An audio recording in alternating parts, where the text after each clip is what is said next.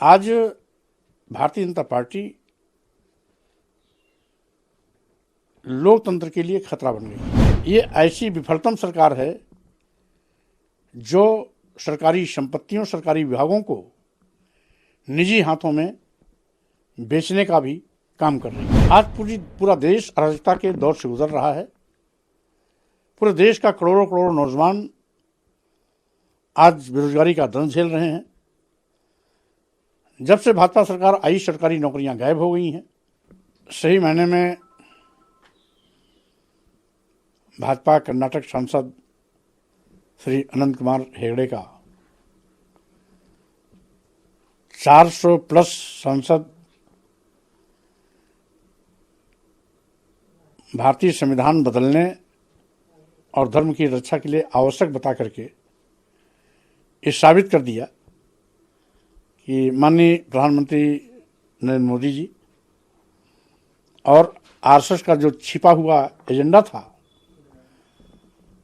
उसको न केवल खुलासा किया बल्कि देश को भी सजग और सावधान कर दिया कि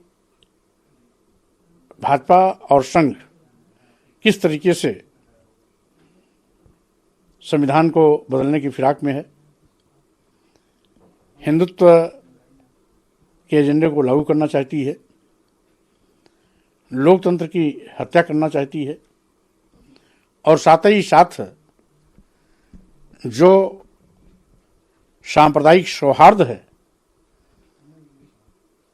उसको नफरत में बदलकर जाति और धार्मिक उन्माद और हिंसा के माध्यम से देश को तबाही के रास्ते पर ले जाना चाहती है। कर्नाटक सांसद श्री अनंत कुमार हेगड़े का यह बयान अत्यंत ही दुर्भाग्यपूर्ण है, राष्ट्र विरोधी भी है, संविधान विरोधी भी है और साथ ही साथ मैं देशवासियों को इस राजनीति से सावधान करना चाहता हूं और साथ ही साथ पूरे देशवासियों से हमारी ये भी मांग है कि संविधान की रक्षा के लिए अभी से सब सतर्क हो जाएं, सावधान हो जाएं और एकजुट होकर के संविधान की रक्षा करने का संकल्प लेके कदम आगे बढ़ाएं। आने वाले 2024 लोकसभा चुनाव में भाजपा और संघ को इसका करारा जवाब भी दें। देखिए, इसमें कोई दो राय नहीं। आज भारतीय जनता पार्टी लोकतंत्र के लिए खतरा बन गई है। संविधान विरोधी आचरण कर रही है। अनुसूचित जाति, अनुसूचित जनजाति, पिछड़ों का आरक्षण शून्य, निष्प्रभावी और खत्म करने का पाप कर रही है। ये ऐसी विफलतम सरकार है जो सरकारी संपत्तियों, सरकारी विभागों को निजी हाथों में बेचने का भी काम कर रही है। आज पूरा देश अराजकता के दौर से गुजर रहा है।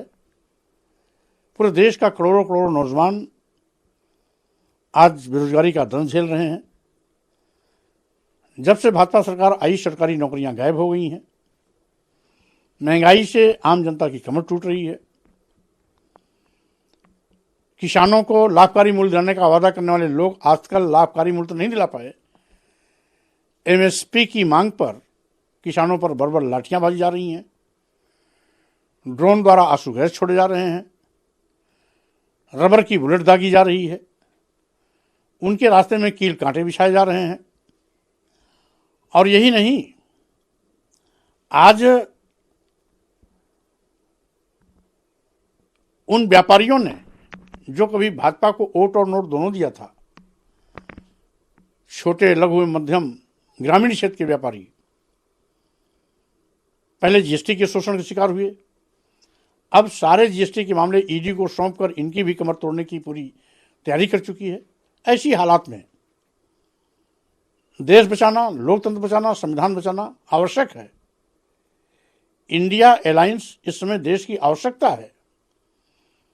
इसलिए इंडिया गठबंधन को हमने समर्थन देने की बात राष्ट्रीय सोशलिस्ट समाज पार्टी के गठन के दिन ही किया था। आज भी उस पर मैं कायम हूं। अब इंडिया अलायंस किस रूप में हमारा उपयोग करना चाहती है, इसको गठबंधन के साथियों को तय करना है। इस क्रम में आज